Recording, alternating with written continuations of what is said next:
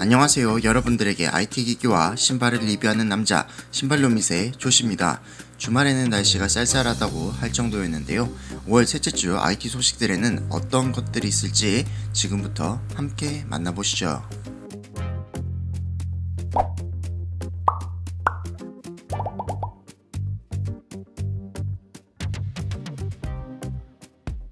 첫 번째로 갤럭시 Z 폴드 4에 대한 새로운 소식입니다.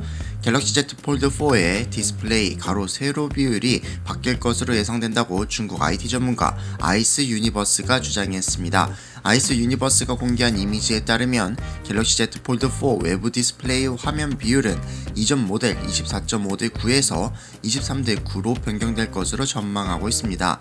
또 내부 디스플레이 세로 길이는 줄이고 약간 더 넓은 패널을 사용해 6대5 화면 비율을 제공할 것으로 예상됩니다.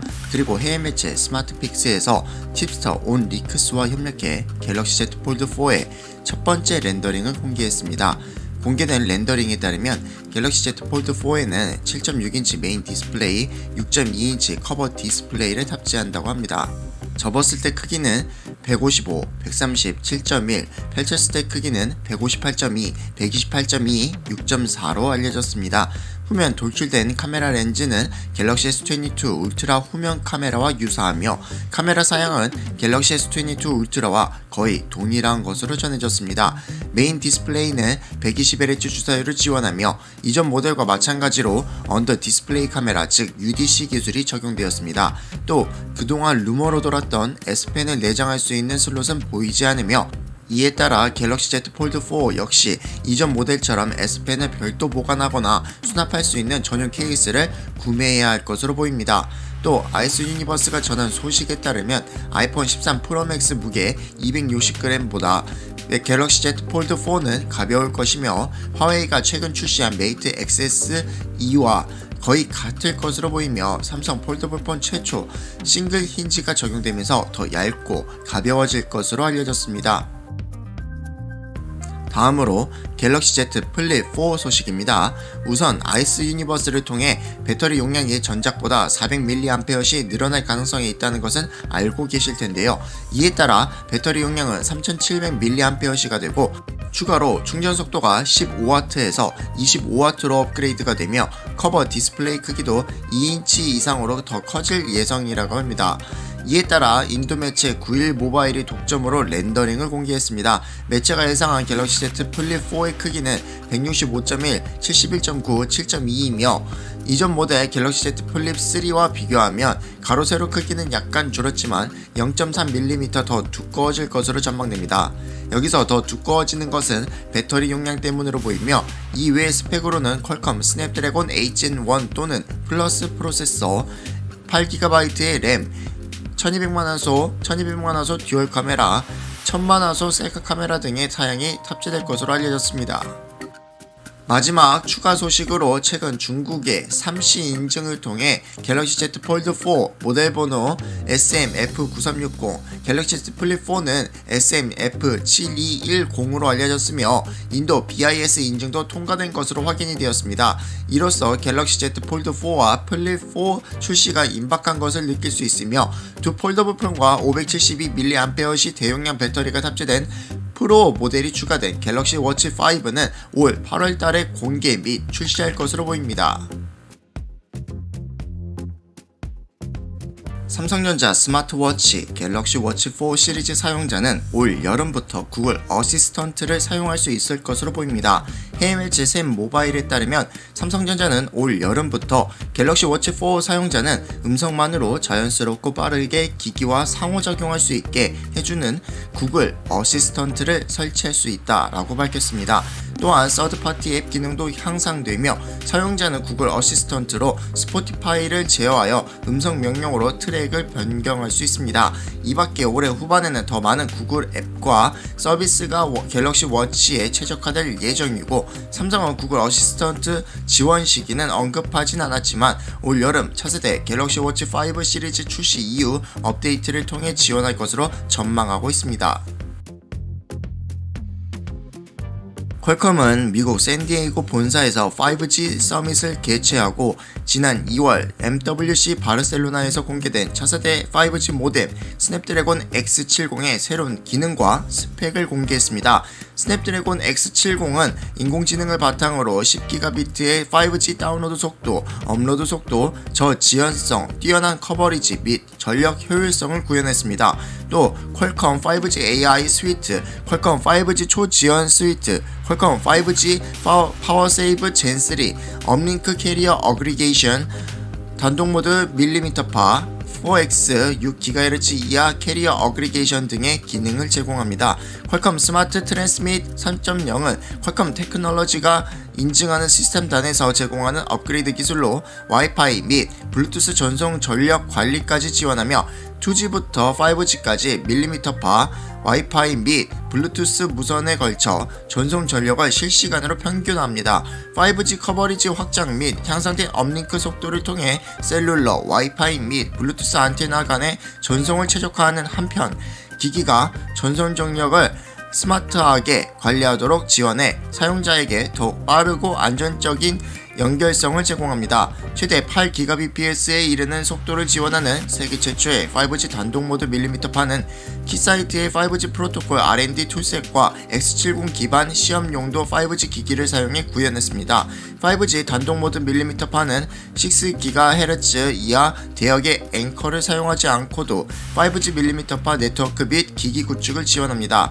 이는 통신사가 주거 및 상업 고객에게 멀티기가비트 속도와 초지연으로 무선 광섬유 광대역을 지원할 수 있는 유연성을 제공한다고 회사 측은 설명했습니다. 아울러 퀄컴은 AI 강화 5G 성능, 6GBps 다운로드 속도를 제공하는 6GHz 이하 대역의 3X 시분할 방식 TDD 기반 5G 캐리어 어그리게이션과 같은 스냅드래곤 X70의 성능을 5G 서밋에서 추가로 발표했습니다. 5G 캐리어 어그리게이션은 셀룰러 기지국에서 멀리 떨어진 셀 엣지와 같은 까다로운 조건 속에서 평균 속도를 향상시키고 보다 강력한 연결성을 제공합니다.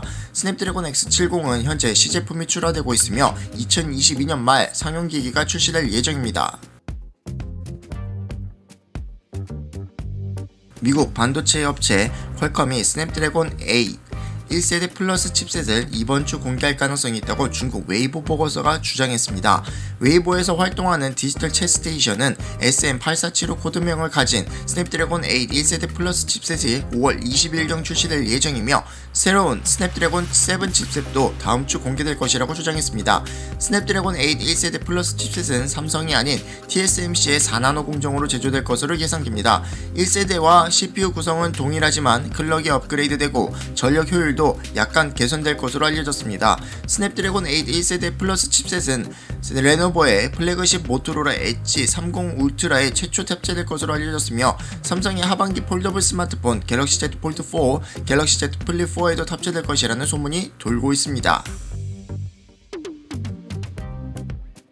구글이 I/O 개발자 컨퍼런스에서 플래그십 픽셀 7 시리즈 및 스마트워치 픽셀 워치를 올 가을 출시한다고 밝혔습니다. 픽셀 7 시리즈의 전체적인 디자인은 이전 모델과 비슷하지만 후면 카메라 디자인은 일부 개선되었으며 픽셀 6 시리즈에서 보여줬던 바이저 디자인을 유지하면서도 광택 알루미늄으로 만들어진 막대를 양쪽 프레임에 바로 연결해 더욱 통합된 모습을 보여줍니다. 카메라 컷아웃보다 확실하게 구분할 수 있도록 변경되었고 픽셀 7 듀얼 카메라, 픽셀 7 프로 트리플 카메라 시스템은 이전 모델과 동일합니다. 또 구글에서 개발한 최초 스마트워치 픽셀 워치 디자인도 함께 공개되었는데 원형 디자인이 적용되었으며 구글이 인수한 핏빛 스피트니스 기능이 통합됩니다. 새로운 구글 홈 앱이 웨어 OS에 제공되어 손목에서 연결된 기기를 쉽게 제어할 수 있습니다. 구글이 2023년 태블릿 시장에 복귀합니다. 구글은 캘리포니아 마운틴뷰 구글 캠퍼스에서 열린 연례 개발자 회의에서 픽셀 6a, 픽셀 버즈 프로를 공개하며 2023년 픽셀 태블릿을 출시한다고 예고했습니다. 구글 차세대 태블릿 디자인은 평범하지만 픽셀 6 스마트폰에 탑재된 것과 동일한 구글 텐서 프로세서로 구동됩니다. 픽셀 슬레이트처럼 안드로이드 OS 대신 크롬 OS를 탑재하고 출시될지는 아직 알려지지 않았습니다. 구글은 2018년 크롬 운영체제를 탑재한 픽셀 슬레이트를 마지막으로 사실상 태블릿 시장에서 철수한 상태입니다. 구글은 2019년 태블릿 사업에서 손을 뗄 것이며 앞으로 크롬북 개발에 집중할 것이라고 밝힌 바 있습니다. 한편 구글은 태블릿을 위해 앞으로 몇 주 동안 태블릿용 구글 지도, 구글 메시지, 유튜브 뮤직 등 20개의 구글 앱을 업데이트할 예정입니다. 노치 또는 구멍이 없는 완벽한 풀스크린이 구현된 아이폰이 2026년 등장할 것이란 전망이 나왔습니다. 시장 조사 업체 디스플레이 서플라이 체인 DSCC의 최고 경영자 로스 영은 자신의 트위터에 2020년부터 2026년까지 아이폰 디스플레이 로드맵을 공개했습니다. 로드맵에 따르면 올해 출시되는 아이폰 14 프로 라인업부터 필 플러스 홀 디스플레이가 탑재되며 내년에 출시되는 아이폰 15 모든 모델에 필 플러스 홀 디스플레이가 탑재될 것으로 예측하고 있습니다. 특히 2024년에 출시되는 아이폰 16 프로 라인업에는 페이스 아이디가 디스플레이 아래로 사라지고 홀만 남은 디스플레이가 탑재되고 2026년 출시되는 아이폰 18 프로 라인업부터 페이스 아이디 전면 카메라가 디스플레이 아래에 내장될 것으로 전망하고 있습니다. 이전 보고서에 따르면 삼성 디스플레이는 차세대 UDC 언더 디스플레이 카메라 기술을 개발 중인 것으로 알려졌습니다. 차세대 UDC 기술은 내년에 출시될 갤럭시 Z 폴드 5에 먼저 적용되고 이후 아이폰에 적용될 가능성이 있습니다. 애플이 아이폰과 아이패드에 사용되는 폴더블 올레드 패널을 개발하기 시작했다고 외신이 보도했습니다. 삼성전자가 작년에 출시한 갤럭시 Z 폴드 3에는 평광판이 없는 에코2 올레드 기술이 사용되었는데 애플도 이와 유사한 평광판이 없는 폴더블 패널을 개발 중인 것으로 전해졌습니다. 폴더블 패널에서 평광판 레이어를 제거할 경우 더 얇은 폴더블 디스플레이를 구현할 수 있지만 가시성 및 최대 밝기는 영향을 받습니다. 애플은 이런 문제를 보완할 수 있는 기술을 개발 중인 것으로 알려졌습니다. 한편 애플 분석가 밍치 고어에 따르면 애플의 폴더블 아이폰 또는 아이패드는 빨라야 2025년 이후 출시될 것으로 전망됩니다. 그래픽카드 수급 문제를 해결하기 위해 도입한 해시레이트 리미터 LHR이 결국 해제되었습니다. 이 기술을 도입한 엔비디아 스스로 LHR을 해제한 것은 아니지만 앞서 배포된 퀵 마이너에 이어 네뷰 마이너의 개발팀까지 우회하는 방법을 찾아냈고 이미 최신 버전을 통해 정상 작동을 확인했다고 합니다. 해당 마이너는 윈도우와 리눅스를 모두 지원하며 배포된 버전 사용 시 LHR이 적용될 그래픽카드에서도 해시레이트 리미터는 작동하지 않는 것으로 전해졌습니다. 이 소식이 전해지자 일부에선 엔비디아 개발팀이 관련 정보를 넘긴 게 아니냐는 음모론이 나오기도 했습니다. LHR을 해제한 서로 다른 마이너가 거의 동시에 배포된 것이 의심스럽다는 것입니다. 이에 대해 외신들은 말이 안 되는 이야기라면서 그럴 가능성은 없다고 일축했습니다. 예상보다 낮은 화질이 문제로 지적받아온 AMD의 FSR 기술이 한 차원 업그레이드 됩니다. 앞서 공개된 라데온 슈퍼 레졸루션 RSR에 이어 더 나은 화질을 보장하는 FSR 2.0이 새로운 RX 6000 시리즈와 함께 지난주 발표되었습니다. FSR 2.0에 대한 자세한 소개는 없었지만 원본 해상도와 비슷하거나 더 나은 이미지 품질을 제공하면서도 프레임 속도를 높이는 데 도움이 된다며 화질에 대한 자신감을 내비쳤습니다. 앞서 AMD는 RSR과 FSR 2.0 소개 영상에서 모션 벡터를 사용하는 템포럴 업스케일링 기법이 더해졌다고 설명한 바 있는데 업스케일링 기법으로는 어느정도 검증된 솔루션이라서 FSR 1.0의 화질 문제는 어느정도 극복할 것으로 예상되지만 이제 막 도입 단계라서 지원 게임은 11개 뿐인 것으로 확인되었습니다. 참고로 모션 벡터 기반의 템포럴 업스케일링 기법은 엔비디아 뿐만 아니라 인텔의 AI 업스케일링에서도 사용된 것으로 알려져 있습니다. 자체 업스케일 기술을 제공하는 얼리언 엔진 5도 같은 기법을 사용합니다. IT 사이트인 3D 센터는 이번 달 엔비디아와 AMD 그래픽카드 가격이 독일의 MSRP보다 10% 정도 하락했다고 밝혔습니다. 독일의 그래픽카드 가격은 2022년 초부터 매달 하락세를 보였습니다. 지난 두 달 동안은 매달 10%씩 하락하는 모습으로 현재는 오히려 MSRP 대비 10%가 하락하는 모습을 보였습니다. 이러한 가격은 그래픽카드 공급난이 지속된 이후 가장 낮은 가격입니다. 3D 센터의 그래프에 따르면 독일의 현재 엔비디아의 RTX 30 시리즈의 그래픽카드는 MSRP 대비 114%, AMD RX 6000 시리즈는 107% 정도 가격인 것으로 나타났습니다. 작년 5월 MSRP 기준으로 RTX 30 시리즈의 최고점은 318%, AMD RX 시리즈는 219%로 MSRP보다 훨씬 높았지만 현재는 크게 떨어진 상황입니다. 하지만 이러한 가격 하락세에도 수요가 많은 RTX 3070, 3060 Ti, RX 6800, 6800 XT 등 일부 인기 모델은 다른 모델에 비해 여전히 가격이 높습니다. 해당 모델들의 특징은 중간급 포지션의 그래픽카드입니다. 특히 RTX 3070 및 RX 6800의 경우 미국 내에서 재고를 찾기 힘든 것으로 알려졌습니다. 3D 센터에서 밝힌 그래프로 미루어 보았을 때 두 달 이내 MSRP 가격으로 떨어질 것으로 보이지만 엔비디아와 AMD가 차세대 그래픽카드를 출시 준비하고 있어 MSRP 이하로 떨어질 가능성도 있습니다.